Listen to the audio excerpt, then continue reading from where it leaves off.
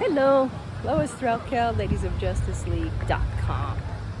These are the stones of life. There are 4 healing stones.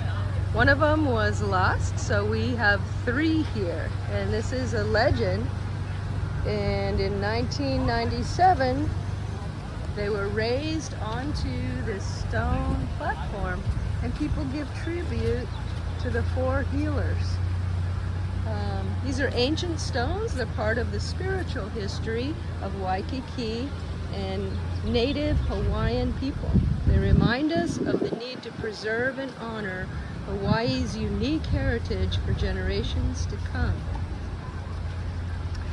This legend is, it says that the stones are a living legacy of 4 powerful Tahitian healers. They once resided near this site at a place called Uluku, U-L-U-K-O-U. And so, yeah, they came from the island of Raite, R-A-I-A-T-E-A, long before the reign of Kakuhihewa,